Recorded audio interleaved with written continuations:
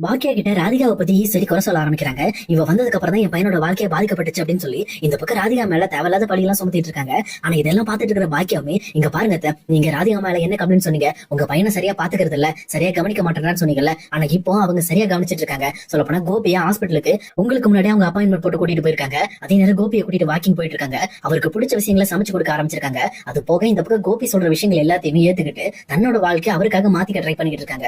இதை விட ஒரு ராதிகா என்ன பண்ண முடியும்னு நினைக்கிறீங்க? உங்க பையனுக்காக இவ்வளவு விஷயத்தை மேம்படுத்திருக்காங்க. உண்மையை சொல்ல போனா அவங்க லைஃப்ல நீங்க தலையிடாம இருந்தாலே போதும், அவங்க சந்தோஷமா தான் இருப்பாங்க அப்படின்னு சொல்லி இந்த பக்கம் பாக்கியாவுமே ஈஸ்வரியை திட்டிடுறாங்க.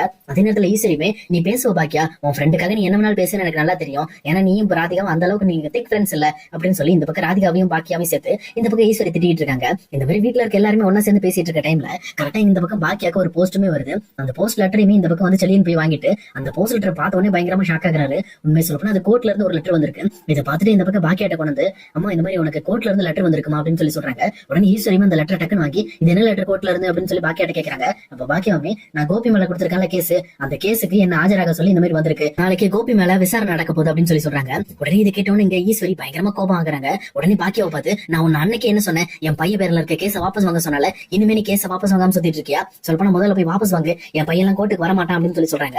ஆனா இன்னொரு பக்கம் இங்க பாக்கியாவுமே, இங்க பாருங்க உங்க குடும்ப பிரச்சனை குடும்பத்தோட வச்சுக்கோங்க, எனக்கு அவர் தொழில் முறையில எனக்கு ஒரு போட்டியாளர், அது மட்டும் இல்லாம என்னோட தொழிலை கெடுக்கணுங்கிறதுக்காக அவர் நிறைய வந்து கேடு வேலை செஞ்சிருக்காரு. அப்ப அவரை கண்டிப்பா நான் சும்மா விட மாட்டேன். இது என்னோட பிரச்சனை கிடையாது, எனக்காக என் ஹோட்டல்ல வந்து என்ன நம்பி சாப்பிட்ட கஸ்டமர்களோட பிரச்சனை, அவங்களுக்காக தான் இதை பண்ணிருக்கேன் அப்படின்னு சொல்லி சொல்றாங்க. ஆனா இதை கேட்டவொன்னே இந்த பக்கம் கோபிக்குமே ஒண்ணுமே புரியல. அப்ப கண்டிப்பா நம்ம கோர்ட்டுக்கு போய் தான் ஆகணும், இந்த கேஸ் நம்ம தான் ஃபேஸ் பண்ணி ஆகணும் அப்படின்னு சொல்லி அவருமே தயாராகிறாரு. அதே நேரத்துல ஈஸ்வரியுமே, இங்க பாரு பாக்கியா, தயவு செஞ்சு என் பையனை விட்டுரு, இந்த மாதிரி அவனுக்கு உடம்பு சரியில்லாம இருக்கு, இந்த நிமிஷத்துல அங்க போய் அவன் ஜெயில எல்லாம் இருக்க முடியாது, சொன்னா கேளு அப்படின்னு சொல்லி சொல்றாங்க. ஆனா பாக்கியாவுமே, இங்க பாருங்க என்ன இந்த விஷயத்துல கன்வின்ஸ் பண்ணவே முடியாது, கண்டிப்பா கோபி செஞ்ச தப்புக்கு தண்டனை அனுபவிச்சு ஆகணும், அவர் பண்ண தப்பு எனக்கான நான் மன்னிச்சுட்டு போயிருவேன். ஆனா இது வந்து நிறைய பொதுமக்கள் பாதிக்கப்பட்டிருக்காங்க, எத்தனையோ குழந்தைகள் பாதிக்கப்பட்டிருக்காங்க, இதுக்கு அவர் பதில் சொல்லிதான் ஆகணும் அப்படின்னு சொல்லிட்டு பாக்கியமே அங்கிருந்து கிளம்பிடுறாங்க.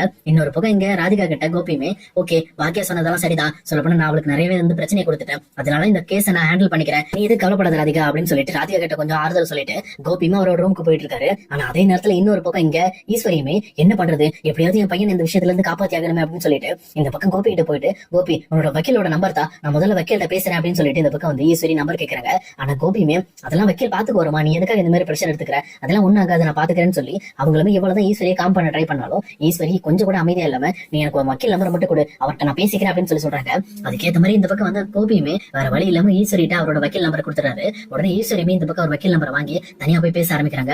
சார் இங்க பாருங்க, நான் கோபியோட அம்மா பேசுறேன், இந்த மாதிரி கோபிக்கு நாளைக்கு ஹியரிங் இருக்கு நீங்க சொன்னீங்கல்ல, நாங்க எப்படி சார் வரணும், அந்த கேஸ்ல நாங்க ஜெயிக்கிறதுக்கு நான் லீட் தான் நீங்க வச்சிருக்கீங்களா அப்படின்னு சொல்லி கேக்குறாங்க. அப்ப கரெக்டா இங்க கோபியோட வக்கீலுமே, கவலைப்படாதீங்கம்மா, லீட் நம்ம கிட்ட தான் இருக்கு, ஏன்னு கேட்டீங்கன்னா இப்போ நம்ம பாக்கியா தான் வந்து கோபி மேல கேஸ் கொடுத்திருக்காங்க, இதுக்கு முன்னாடி அவங்க ரெண்டு பேரும் கல்யாணம் ஆகி டைவர்ஸ் ஆயிருக்கு, அதே நேரம் கோபியும் ராதிகாவும் இன்னும் பிரிஞ்சு கிடையாது, ஒரே வீட்டுல தான் இருக்காங்கிறதே நமக்கு ஒரு பெரிய பிளஸ் பாயிண்ட். சொல்லப்போனா ராதிகா ஏதோ முன்கோபத்தை மனசுல வச்சுக்கிட்டு தான் இப்படி ஒரு கேஸை கொடுத்துட்டாங்க, அது மட்டும் இல்லாம இன்னுமே பாக்கியா வீட்டுல தான் கோபி இருக்காங்க அப்படிங்கிற விஷயத்த நிரூபிச்சிட்டனாலே போதும், கண்டிப்பா கோபியோட கேஸ் தள்ளுபடி ஆயிடும் அப்படின்ற மாதிரி சொல்றாங்க. இதை கேட்டோம் இந்த பக்கம் ஈஸ்வரிக்கு சரியான ஹாப்பி. அப்பனா கண்டிப்பா இதை நிரூபிச்சலாம் தம்பி, இதுக்கு உனக்கு ஏதாவது சாட்சி வேணுமா அப்படின்னு சொல்லி கேக்குறாங்க. அந்த வீட்டுல இருந்து 2 சாட்சி தேவைப்படுது, அந்த 2 சாட்சி இந்த மாதிரி கோபி எங்க வீட்டுல தான் இருக்காங்க, நாங்களாம் ஒன்னா தான் இருக்கோம் அப்படிங்கறத சொல்லிட்டாங்கனாலே போதும், ஆட்டோமேட்டிக்கா கோர்ட்ல இந்த கேஸை வாபஸ் பண்ணி விட்டுருவாங்க அப்படின்னு சொல்லி சொல்றாங்க. இதை கேட்டோம் இந்த பக்கம் வந்து சரியான ஹாப்பி ஆயிடுறாங்க ஈஸ்வரியுமே. ஓகே இதை நம்ம தெளிவா பண்ணிடலாம் அப்படின்னு சொல்லிட்டு இங்க ஈஸ்வரியும் பயங்கரமான பிளானோட வெளியனையும் கூட்டிட்டு கோர்ட்டுக்கு போறாங்க. அதே நேரத்துல இன்னொரு பக்கம் கோபி, ஈஸ்வரி, அதே நேரம் பாக்கியா, செல்வி எல்லாருமே இந்த பக்கம் கோர்ட்டுக்கு வந்துடுறாங்க. அப்ப கேஸுமே ஆரம்பிக்குது. அப்ப எதிர்த்தரப்பு அதாவது பாக்கியா தரப்பு வக்கீலுமே ஃபர்ஸ்ட் எடுத்தவன அந்த செஃப் கிட்ட பேச ஆரம்பிக்கிறாங்க. அந்த செஃப் கிட்ட இந்த மாதிரி அந்த ஹோட்டல்ல கெட்டு போன கறி கலந்தது யாரு அப்படின்னு சொல்லி கேட்கிறப்போ, சார் அதை நான் தான் கலந்தேன், அதாவது இதை நான் கலக்கிறதுக்கு எனக்கு சொன்னது வந்து கோபி சார் தான், அவரோட பிசினஸ் மேம்படுத்துறதுக்கும் இந்த பக்கம் பாக்கியாவோட பிசினஸ் ஒழிக்கிறதுக்காக தான் இந்த விஷயத்தை அவர் பண்ணாரு அப்படின்னு சொல்லி அந்த செஃப்மே இந்த கோர்ட்ல எல்லாரும் முன்னாடி ஒத்துக்கிறாங்க. இதை பார்த்தோன்னே இந்த பக்கம் எல்லாருமே ஷாக் ஆகுறாங்க. அப்பனா பாக்கியா மேல எந்த தப்பும் கிடையாது, இந்த செஃப் தான் இதை பண்ணிருக்காரு அப்படின்னு சொல்லி தெரிய வருது. அதே நேரத்துல இவர் வந்து தனியா செய்யல, இன்னொருத்தர் சொல்லி கொடுத்தாலும் செஞ்சிருக்காரு, அப்ப அவர் கோபியை கூப்பிடுங்க அப்படின்னு சொல்லி இந்த பக்கம் கோபியை பேச வைக்கிறாங்க. அதே நேரத்துல கோபி கிட்டமே இந்த பக்கம் அந்த வக்கீலுமே, சார் நீங்க சொல்லுங்க, பாக்கியோட ஹோட்டல் நடந்த அசம்பவத்துக்கு காரணம் நீங்க தானே அப்படின்னு சொல்லி சொல்றாங்க. உடனே இதை கேட்டோன்னு கோபியுமே, ஆமா சார் அது நான் தான் பாக்கியா மேல இருக்க பொறாமையில இப்படி பண்ணிட்டேன் அப்படின்னு சொல்லி இங்க கோபியுமே தப்பு ஒத்துக்கிறாரு. அதே நேரத்துல இந்த சைடு கோபி சைடு இருக்கிற வக்கீலுமே, இங்க பாருங்க சார் அவர் வேணும்னு பண்ணல, இது அவங்களோட குடும்ப பிரச்சனை அப்படின்னு சொல்றாங்க. இதை கேட்டோன்னே எதிர் தரப்பு பாக்கியா சைடுல இருக்கிற வக்கீலுமே, என்ன சார் இது குடும்ப பிரச்சனை இருக்க, அவங்க தனி ஹோட்டல் வச்சிருக்காங்க, இவங்க தனி ஹோட்டல் வச்சிருக்காங்க, ஆல்ரெடி பாக்கியா மேடமும் இன்னொரு பக்கம் கோபியுமே டைவர்ஸ் பண்ணிட்டாங்கல்ல, அப்புறம் எப்படி இது அவங்க குடும்ப பிரச்சனை ஆகும், இது குடும்பத்துக்கு நடக்கிற பிரச்சனை கிடையாது அப்படின்னு சொல்லி சொல்றாங்க. ஆனா இந்த சைடு கோபி சைடு இருக்கிற வக்கீலுமே, இங்க பாருங்க சார் ஒரே வீட்டுல 2 பிசினஸ் பண்ணக்கூடாதுன்னு எந்த ஒரு சட்டமும் கிடையாது, அதே மாதிரி அவங்க ஒரு பிசினஸ் பண்றாங்க, இவங்க ஒரு பிசினஸ் பண்றாங்க, உண்மை சொல்ல போனா இன்னுமே பாக்கியா கோபி எல்லாருமே ஒரே வீட்டுல தான் இருக்காங்க, அது தெரியுங்களா, அதுக்கு கூட என் ஆதாரம் இருக்கு அப்படின்ற மாதிரி சொல்றாங்க. இதை கேட்டவொடனே இந்த பக்கம் ஜட்ஜுமே அப்பனா இந்த மாதிரி கோபி பாக்கியோட வீட்டுல இருக்கிறதுக்கு உண்டான ஆதாரங்கள் இருக்கா, முதல்ல அவங்களை கூப்பிட்டு விசாரிங்க அப்படின்னு சொல்லி சொல்றாங்க. இதுக்கு ஏற்ற மாதிரி இங்க கோபியோட வக்கீலுமே டேரக்டா இங்க ஈஸ்வரியும் செலியனையும் மேல கூப்பிடுறாங்க. இங்க ஈஸ்வரியும் செலியனையும் கோர்ட்ல பார்த்த உடனே இங்க பாக்கியாக்கு என்ன பண்றதுன்னு தெரியல. சொல்லப்போனா தனக்கு எதிராவே இப்படி மாறி பேசிட்டு இருக்காங்களே அப்படின்னு சொல்லி பயங்கரமா ஷாக் ஆகுறாங்க. அதே நேரத்துல இவங்க ரெண்டு பேரும் வந்து ஆமாப்பா இந்த மாதிரி நான் தான் வந்து இவங்களோட அம்மா, கோபியோட அம்மா நான் தான் அப்படின்னு சொல்லி ஈஸ்வரி பேச ஆரம்பிக்கிறாங்க.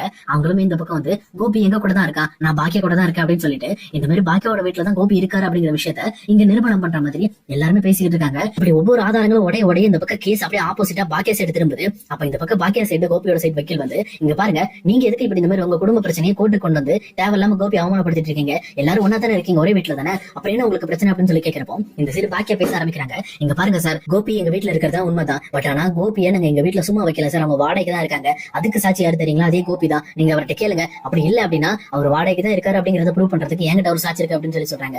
அதே நேரத்துல இங்க கோபி கிட்டயுமே போய் ஒரு வக்கீல் கேட்கிறாரு, ஆமாங்க நாங்க வாடகைக்கு தான் இருக்கோம், நாங்க வந்து ஒன்னாலாம் இல்ல அப்படின்ற மாதிரி கோபியுமே உண்மையை ஒத்துக்கிறாரு. இதை பார்த்தோன்னே இந்த பக்கம் எதிர்த்தரப்பு வக்கீலுமே இங்க பாருங்க சார், அவரே உண்மையை ஒத்துக்கிட்டாரு, அப்பனா அவர் தப்பு பண்ணது உண்மை, அந்த தப்பு உண்டான தண்டனை கொடுங்க சார் அப்படின்னு சொல்லி இந்த பக்கம் கோர்ட்ல பேசிடுறாங்க. அதே நேரத்துல எங்க ஜட்ஜுமே இன்னைக்கு வேண்டாம், நான் திங்கக்கிழமை தீர்ப்பை தள்ளி வைக்கிறேன், இன்னும் ஒரு வாய்தா மட்டும் நான் பண்றேன், நான் திங்கக்கிழமை வந்து தீர்ப்பு முழுசா கொடுத்துருவேன் அப்படின்ற மாதிரி இந்த கேஸுக்காக தீர்ப்பை ஒத்தி வைக்கிறாங்க. அதே நேரத்துல இன்னொரு பக்கம் எங்க வீட்டுக்கு வந்த பாக்கியா ரொம்பவே டென்ஷனோட என் வீட்டுல இருந்துகிட்டு எனக்கு எதிராக நீங்களா சாட்சி சொல்றீங்களா, இந்த மாதிரி கோபி அந்த வீட்டுல தங்க வச்சது என்னோட தப்பா, நீங்களா வந்து இந்த மாதிரி கோபி உடம்பு சரியில்ல, அவர் கொஞ்ச நாள் இங்க இருக்கட்டுன்னு சொல்லி தங்க வச்சுட்டு இப்ப கடைசியில அதை வச்சு என் மேல நீங்க கேஸ் திருப்ப பாக்குறீங்கல்ல, கண்டிப்பா உங்களை சும்மா விட மாட்டேன் அப்படின்னு சொல்லி பாக்கியா கண்ட மணிக்கு திட்ட ஆரம்பிக்கிறாங்க.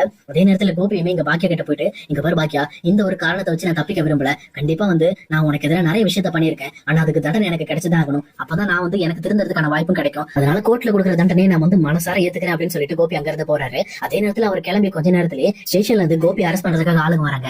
எதுக்காக அரெஸ்ட் பண்ண வரீங்க, நாளைக்கு தான் கோர்ட்டுக்கு வந்துரும் அப்படின்னு சொல்லி கேட்கிறப்போ இந்த ஸ்டேஷன்ல இருந்து இங்க பாருங்க கோபியோட ஜாமீன் காலம் முடிஞ்சு போச்சு, இதுக்கு மேல அவர் கண்டிப்பா ஸ்டேஷன்ல தான் இருக்கணும் அப்படின்னு சொல்லி இந்த பக்கம் கோபி அரெஸ்ட் பண்ணி வீட்டுல இருந்து வெளியில கூட்டிட்டு போயிட்டு இருக்காங்க. இதை பார்த்துட்டு ராதிகாக்குமே என்ன பண்றதுன்னு தெரியல. அதே நேரத்துல இன்னொரு பக்கம் பாக்கியாவுமே கண்டிப்பா என்னோட முடிவுல இருந்து நான் மாற மாட்டேன், இந்த பக்கம் கோபி பண்ண தப்புக்கு அவர் தண்டனை அனுபவிச்சு ஆகணும் அப்படின்னு சொல்லிட்டு கொஞ்சம் கோபத்தோட இந்த பக்கம் அவங்களுமே கோபியை பார்த்துக்கிட்டே இருக்காங்க. ஆனா கோபியும் ஒரு பக்கம் நான் கண்டிப்பா செஞ்ச தப்புக்காக நான் வந்து தண்டனை அனுபவிக்க தயாரா இருக்கேன்னு சொல்லி அவருமே வீட்டுல இருக்க எல்லாருக்குமே ஒரு பாய் சொல்லிட்டு அவருமே ஸ்டேஷன் கிளம்பி போயிட்டு இருக்காரு.